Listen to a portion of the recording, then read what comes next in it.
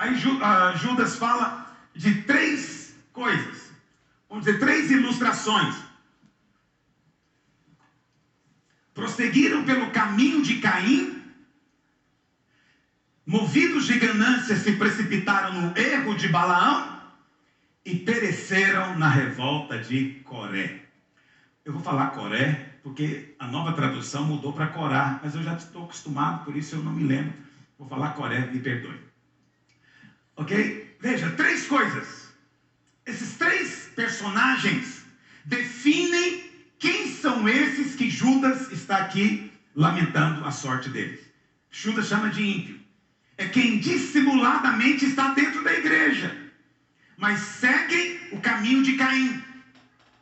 Está na igreja, mas vivem no erro de Balaão. E por último, perecem na rebelião de Coré. O que esses 3 personagens nos ensinam? Primeiro deles, primeira coisa, quem é que distorce o evangelho? É aquele que anda no caminho de Caim. Quem é Caim? Caim foi o primeiro filho do primeiro casal, não é? Adão e Eva tiveram um filho chamado Caim, e depois teve um outro filho chamado Abel. Muitas pessoas sempre tem novo convertido na igreja, né? Então o novo convertido sempre fica chateado porque ele não entende com quem Caim se casou. Mas presta atenção, a Bíblia não é livro de história simplesmente, é um livro de vida. Cada evento é narrado porque ele vai servir de instrução e edificação para as gerações todas que viriam depois. Portanto, leia a Bíblia para receber vida. Mas se é uma questão que te incomoda, veja bem, não tinha outra maneira. Se a humanidade começou com um casal, era inevitável que os filhos deste casal teriam que casar entre si. Então Caim, ou ele se casou com uma das suas irmãs, ou se casou com uma das suas sobrinhas. Não, pastor, mas a Bíblia só fala de Caim e Abel. É porque está contando a história, esse evento. Ok? Esse evento aconteceu quando eles já eram adultos. Não foi quando tinha 5 anos de idade. Entendeu? Numa época que não tinha nenhum tipo de maneira, né, de planejar a gravidez, é óbvio que eles foram tendo filhos.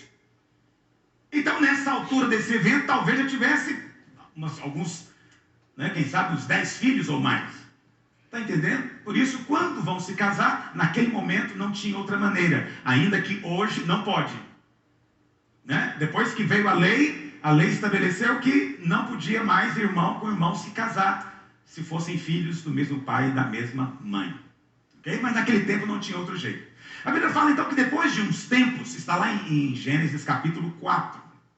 Depois de uns tempos, diz a Bíblia, Caim e Abel vieram adorar a Deus. E eles vieram adorar a Deus, e conta a Bíblia que Caim trouxe do melhor da sua lavoura. Então ele trouxe o que? Cereais. Ele deve ter trazido o que? Trigo, cevada, né? Ele trouxe cereais, algo para se fazer pão. Sempre foi a prioridade. E Abel, pelo seu turno, né? Ele era pastor de ovelhas. Ele trouxe uma ovelha e sacrificou ao Senhor. Diz a Bíblia que Deus se agradou da oferta de Abel, mas rejeitou a oferta de Caim. Mas a Bíblia diz que Caim trouxe também das primícias, do melhor. No entanto, Deus rejeitou. Por que Deus rejeitou Caim e Deus aceitou Abel? Tem algo a ver com o comportamento de ambos? Será que Abel era mais bonzinho? Será que Abel comportava-se melhor do que Caim? A Bíblia não fala isso. É irrelevante o comportamento.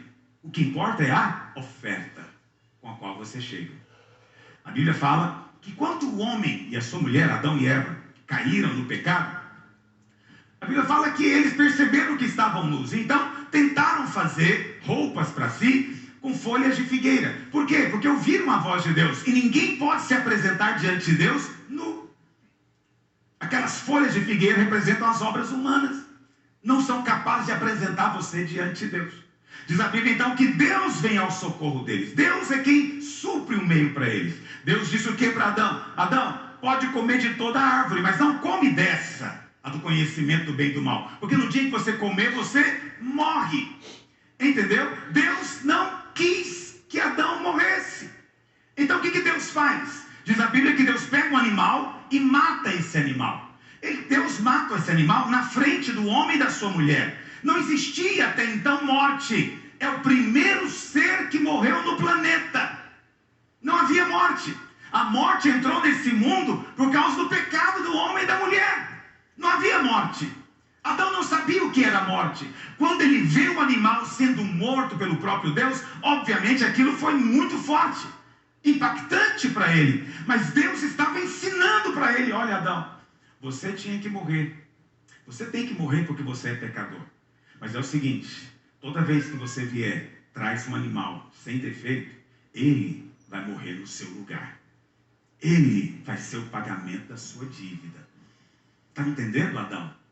Adão está compreendendo. A Bíblia fala então que Deus mata o animal, Deus tira a pele do animal e faz roupas para o homem e a sua mulher.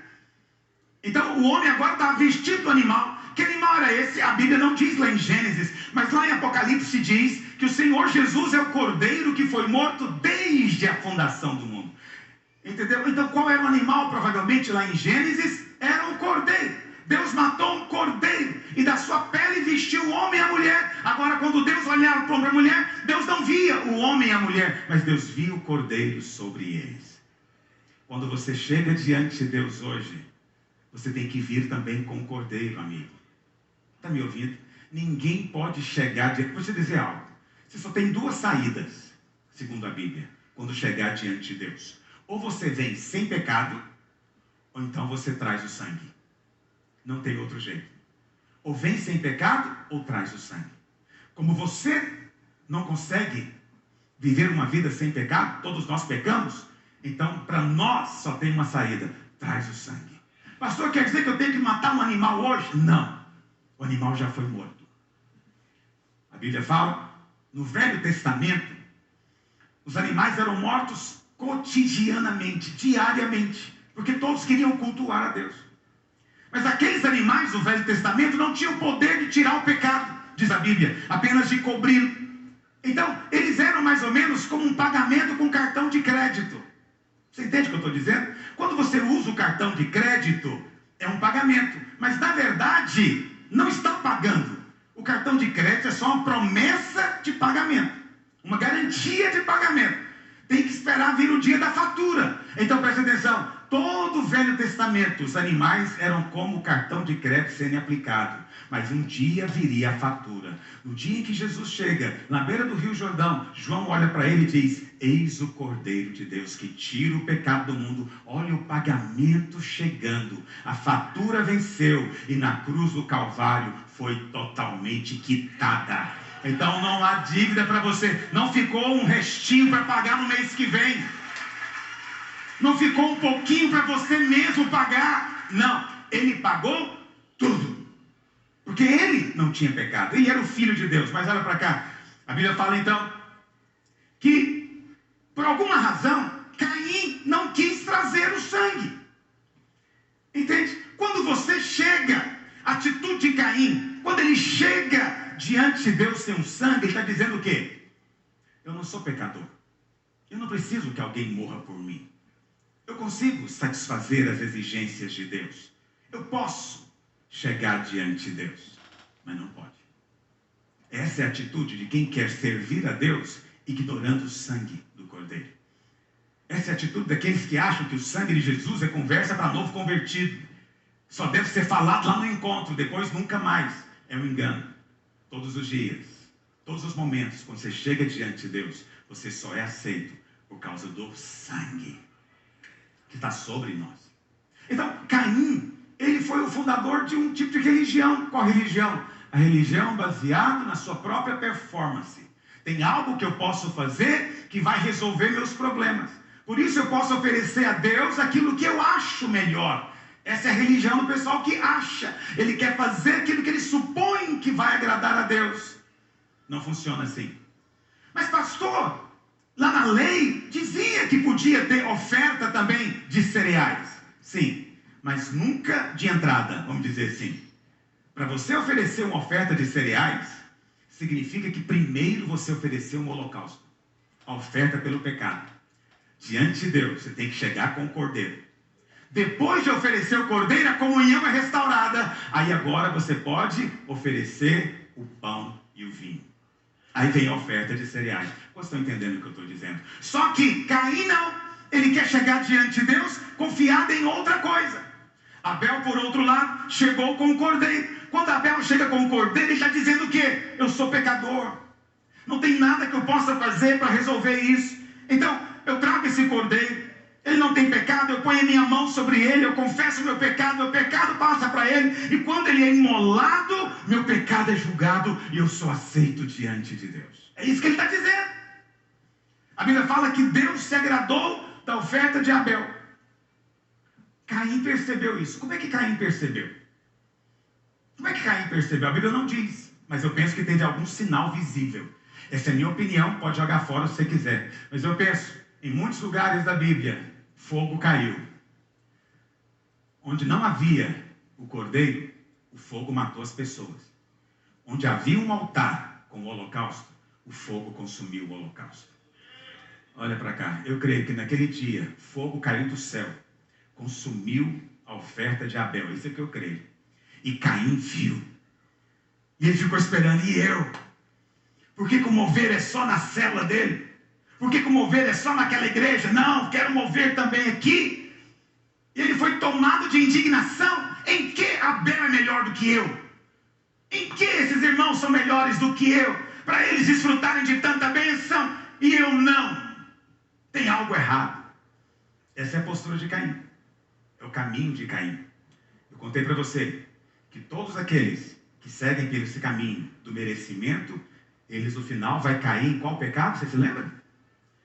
Ressentimento e imoralidade. Essas duas coisas. Judas estava dizendo que esse pessoal que seguiu o caminho de Caim aqui, eles estavam transformando a graça em quê, meus irmãos?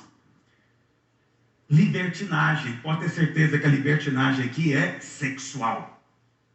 Sexual. Todo aquele que anda, todo aquele que perde o senso de que é amado, por alguma razão, e se esquece por um momento do perdão dos seus pecados, aí Hebreus diz, né, que ele vai cair no problema do ressentimento. Caim ficou amargurado, ressentido. Com quem? Quem ofendeu Caim? Ninguém. Mas ele ficou amargurado contra quem? Foi contra Abel? Não, amargurado com Deus. Eu fiz tudo, fiz o meu melhor, não aconteceu. Está entendendo o que eu estou dizendo? Muito importante que você se lembre das coisas que eu vou pregando, porque uma coisa está sempre ligada com a outra. Nunca posso falar tudo no domingo só. Você vai ter que ir ligando uma pregação com a outra. Amém, querido?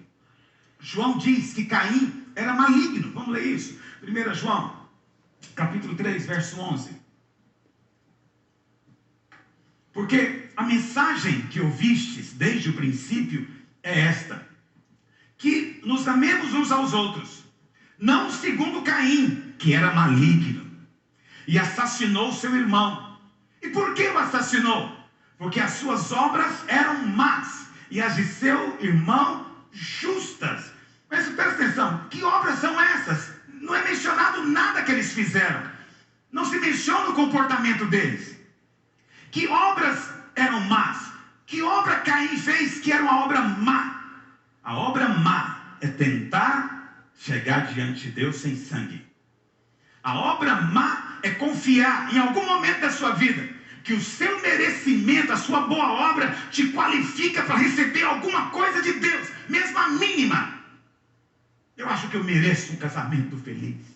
Eu me casei virgem. Já ouvi gente me dizendo isso. Eu sempre digo que casou virgem, bom para você. Você não pegou sífilis, nem AIDS, tudo bom para você. Deus não ganha nada com a sua virgindade, também não ganha nada com a sua libertinagem. Portanto, é bom para você. Não, mas agora eu exijo. Você não pode exigir.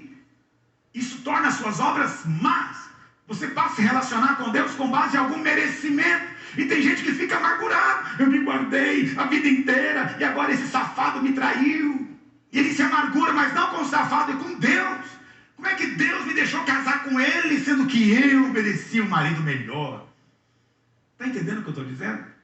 É só um exemplo. Isso pode acontecer em qualquer área em que você se julga merecedor.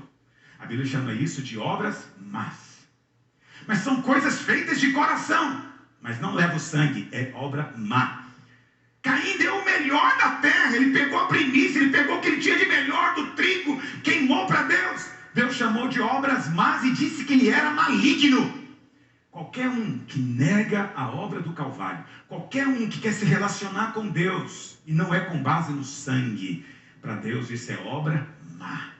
A única solução para o pecado é o sangue de Jesus. Ah, não, eu acho que ele precisa de cura interior. Eu me lembro uma vez, um irmão no nosso meio tinha um problema